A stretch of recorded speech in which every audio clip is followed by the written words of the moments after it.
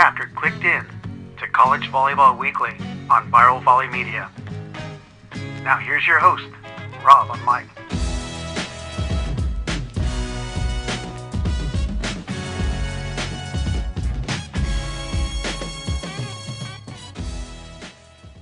Hey, the Collegiate Beach volleyball season is literally days away, and I'm here with the Stein Metzger, coach of UCLA. Thanks for joining me this morning, Stein.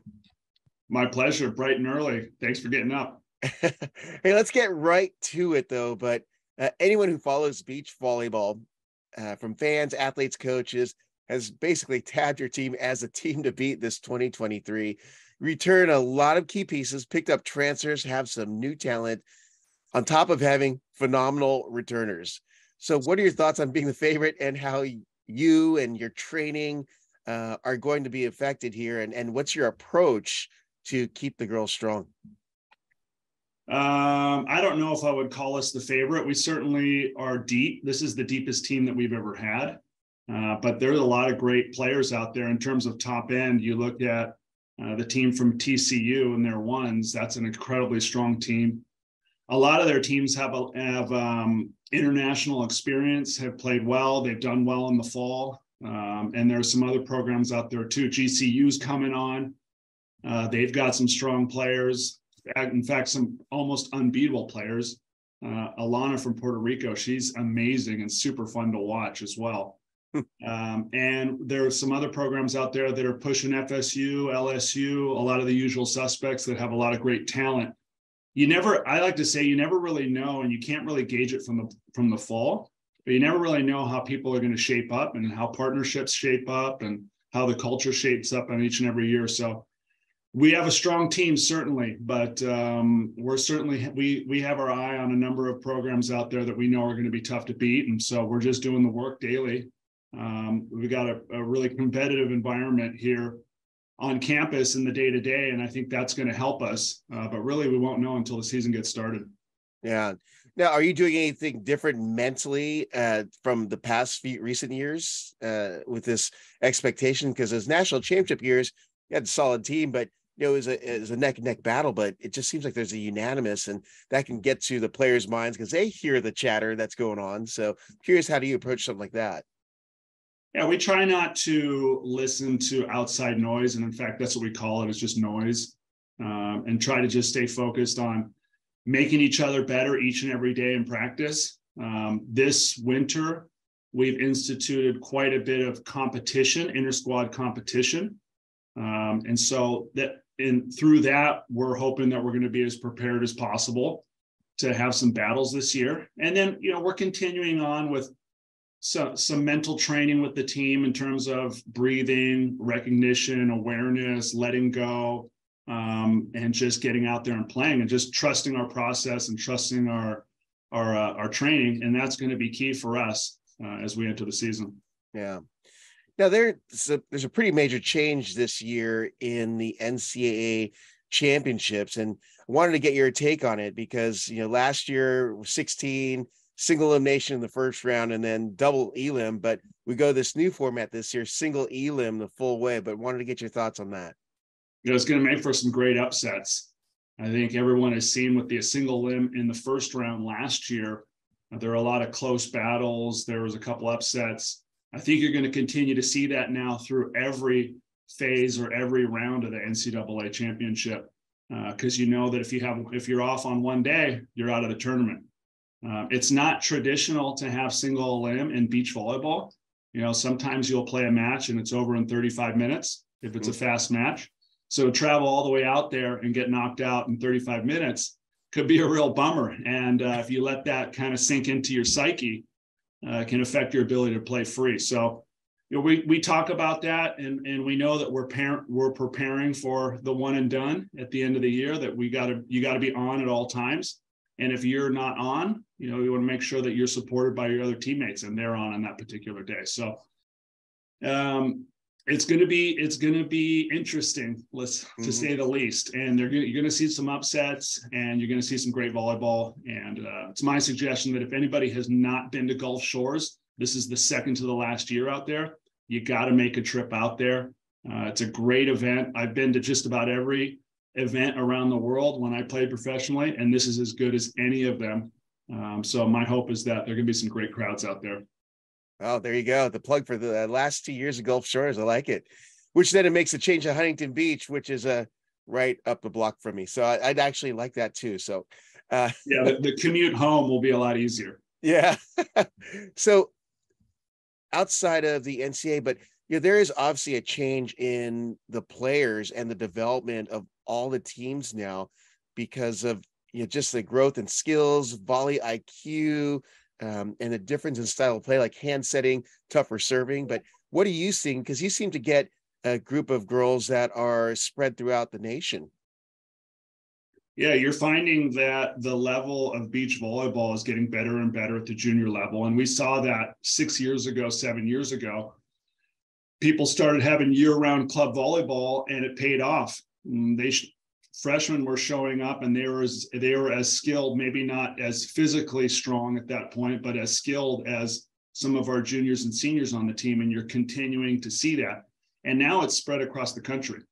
So whereas before I could take my beach chair and jump on my bike and stroll down to Hermosa Beach and everyone would be right there to recruit, now we're traveling all over the place, and even international. Now you're seeing a lot of international players come in and trust the level that we have here at the collegiate level, and want to come here and get better and train and have this experience, especially because you're seeing athletes leave the college world and have an immediate impact at the pros.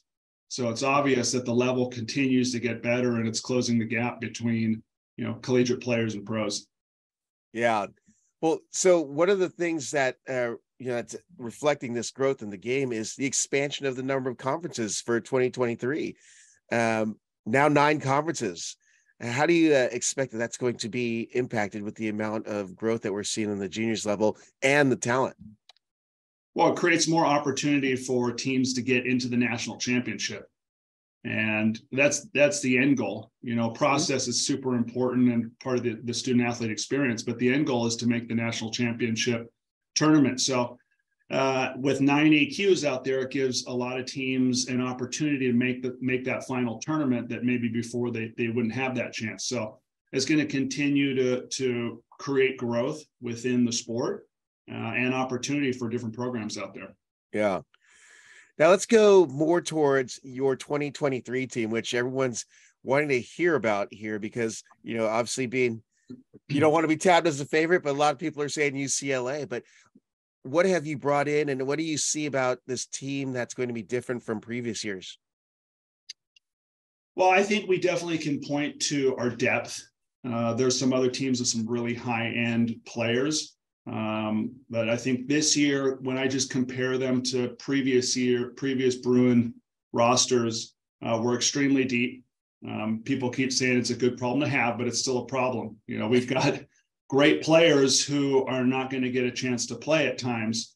But certainly that creates an extremely competitive environment. In fact, it's reminiscent of the programs that I played at UCLA, where the second team would beat the first team sometimes 3 or 4 days out of 5 during the week. And we found that many of our toughest battles were in practice during the week, and it created a really strong team. I was playing against Mike Seeley, who was the All-American setter on the other side, and we had a lot of great competition and tough battles, and yet we were a really close unit. And I see some parallels here with our team. I have to hand it to our athletes. They've created a great culture within themselves. They're extremely supportive and they get along really well. They hang out all the time. But day in and day out of practice, we're asking them to beat up on each other, and they're challenging each other and they're going hard every day. And I think that's creating a really great competitive culture here at UCLA. And I think we're going to be as prepared as we've ever been coming into a season. Yeah. One of the things I like asking the coaches is, if you're a fan who's new to the college beach volleyball game, who are the key athletes to look out for on your team? Well, Lexi Denneberg is obviously a special athlete. She's extremely physical and gifted. Abby Van Winkle continues to improve her game. And those are our 2 athletes that played in the ones last year. And I think that they've gotten better since last year. Abby is really, her ball control for a taller athlete is pretty darn exceptional. And she was a bump setter in high school and has now learned how to hand set and run plays. And they're neat to watch. We're still not certain who's going to be pairing up this year. So they may be playing together. I mean, they may be playing separate. We're still kind of doing the carousel and trying to figure out what creates the best total lineup for us. People probably remember Devin Newberry from last year, who had shoulder surgery, and she's coming back. She won't be able to start the year, but she'll join us along the way. And she's really fun to watch. And then we have a newcomer that I'd like to point to, which is Maggie Boyd out of Flower Mound, Texas. She and her partner dominated the junior scene, and she's joined us this year and has had a big impact on our ability to be competitive every day in practice. And I expect that she's going to be a great competitor when we start playing matches as well. I could go on and on. We just have a really great team this year with a ton of talent, but they're just really great people too. And it's just fun to spend time with them day in and day out up at Mapes Beach and get to train with them and see them develop and see them create these friendships with each other that I know they're going to be long, life-lasting relationships. And everyone's just really excited to get going and get out there. Yeah. It's going to jump back to the preseason thing. I forgot to ask you about it, but the fall competition, that was the first time the NCAA allowed the teams to go out and compete in the fall like they did. But what are your thoughts on the competition, how that develops your team, and the kind of insight that gives you in managing your team? Yeah, it's a great opportunity for folks to get out there and prove themselves, and maybe for some of the newer athletes that won't get a chance to play this year, but they get a chance to compete in the fall and get some playing under their belt while wearing, their team's uniform. The one thing that was a challenge and we're paying attention to is fall oftentimes is a place for developing your skill sets, becoming a better athlete and creating better habits. And that's hard sometimes when each week you're going out and competing and you're basically saying, hey, these habits have gotten me this far. These skills have gotten me this far. I'm going to stick with them and see if I can win with them. Instead of creating a longer block of training where you take one step back to take two steps forward. It's hard to take a step back when you're going out and competing and trying to prove yourself. So I think that's going to be one of the challenges moving forward now that we're having more competition in the fall. So it's a trade-off, and we're paying attention to it and trying to figure out, what's the perfect fit, how many matches make sense, and, continuing to have that development mindset is going to be important. Yeah. Well, let's go back out to your conference at Pac-12, but who in your eyes are some of the preseason favorites to watch out for in your conference? Well, Stanford continues to get better each year. And so everyone's just kind of watching them, like kind of tick up a little bit, little by little. So it'll be interesting to see where they are in terms of their development from last year to this year. USC is always somebody to watch out for. They lost quite a few seniors last year. I think 11 was the number, but they've recruited well. Last year, they had quite a few new athletes come in, strong, talented athletes. And we got a chance to see them, a little sneak peek during the fall, and there's some really good players there. And they have a couple of transfers. So you always got to pay attention to them. Dane Blanton's doing a great job. I'm sure he's developing some of his new athletes and preparing them. So they're a real question mark. They're going to be good. It's just a matter of how fast they're going to get good with that new group. Yeah. Now there's with Arizona State, Utah, and Washington, which they had a key hire in Derek, and he's doing some good stuff. Brought some good people in as well. So it deepens the conference in an already highly talented conference. So, it's going to be fun to watch the Pac-12 this year. Yeah, it's, you don't really know until you get started, but the preseason favorite to be most improved has got to be Washington. You're right. And people know that Derek's a great coach, and he's been recruiting well and bringing people in. And I mean, who wouldn't want to move to Seattle? It's a great city. It's one of my favorite cities. So I would expect them to get better quickly, and it'll be interesting to see how they start out. Yeah. Now, let's go a little more micro on your conference, but who are some of the other top athletes on the other rosters that we should be watching out for this 2023 season? To be honest, I have not been paying that much attention to other programs, Rob. We've been staying pretty focused on our athletes, on our team, and not looking outside of our bubble. And that's a big focus for us this year. As a player, my mind oftentimes drifted to my opponents in terms of scouting reports, but we're trying to have a big emphasis on really focusing on ourselves this year. So I think you're catching me a little unawares here. I'm going to be hard pressed to come up with some names out there. Yeah.